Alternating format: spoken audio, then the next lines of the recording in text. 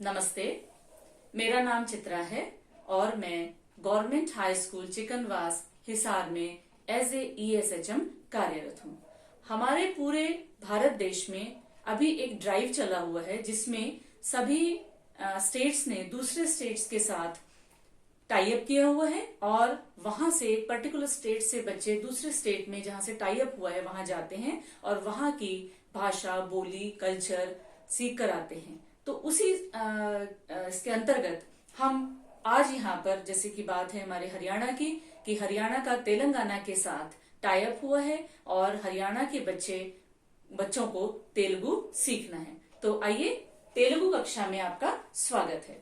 तो सबसे पहले हम तेलुगु के अक्षर ज्ञान के बारे में बात करते हैं। तेलुगु के जो अक्षर जो लिखे जाते हैं, जैसे हमारे हिंदी वर्णमाला के अक्षर है आ, ई, उ, ठीक उसी तरह से ये इसके वर्णमाला के अक्षर हैं, ये आ, ई, उ। जिसको हम, जैसे हम अनार का आम का पढ़ते हैं, ठीक उसी तरह से तेलुगु भाषा में इसको किस तरह से पढ़ा जाता है ये मैं आपको यहाँ पर सिखाऊंगी। अम्मा, क्योंकि वहां की भाषा में माँ को अम्मा कहा जाता है। तो जैसे हम अनार का पढ़ते हैं, ठीक अम्मा।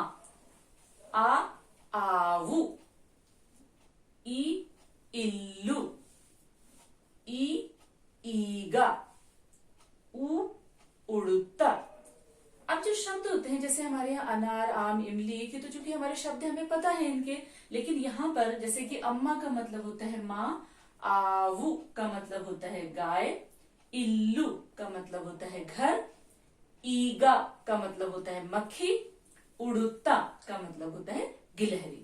तो ये शब्द आप अपनी नोटबुक में जरूर लिखिएगा। इनकी फॉर्मेशन इस तरह से अक्षरों की, और आप इसको अपनी नोटबुक पे जरूर बनाइएगा।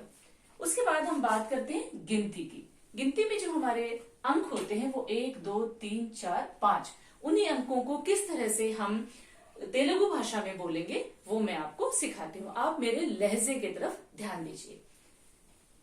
1 को हम कहते हैं ओकटी, 2 को हम कहते हैं रेंडु, 3 को हम कहते हैं मूडु, 4 को हम कहते हैं नालगु, 5 को हम कहते हैं आइदु।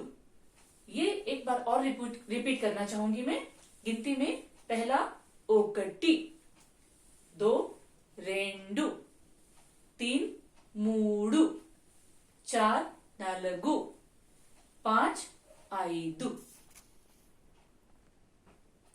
अक्षर और गिनती देखने के बाद आइए हम 5 वाक्य और जो रोजाना के हमारे जरूरत के हिसाब से होते हैं उनको हम याद करेंगे। यहाँ पर जैसे नमस्ते, जैसे हम अपनी भाषा में नमस्ते बोलते हैं, उनकी भाषा में भी ऐसे ही हाथ जोड़कर नमस्ते कहा जाता है।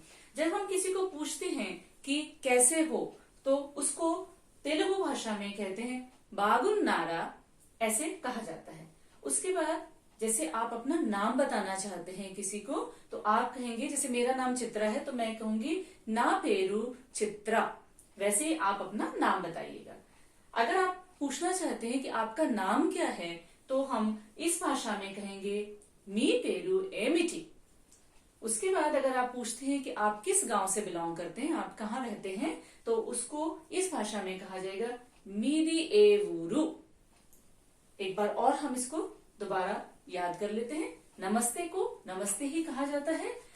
जब हम किसी को पूछते हैं कैसे हो, कहा जाता है बागुन्नारा, ऐसे कहा जाता है। उसके बाद अगर आप अपना नाम बताना चाहते हैं, ना पेरू चित्रा, ऐसे कहा जाएगा। आपका नाम क्या है, मी पेरू एमिजी, ऐसे पूछा जाता है। और आप किस गांव से हैं, इसको पूछते हैं मी देवुरु।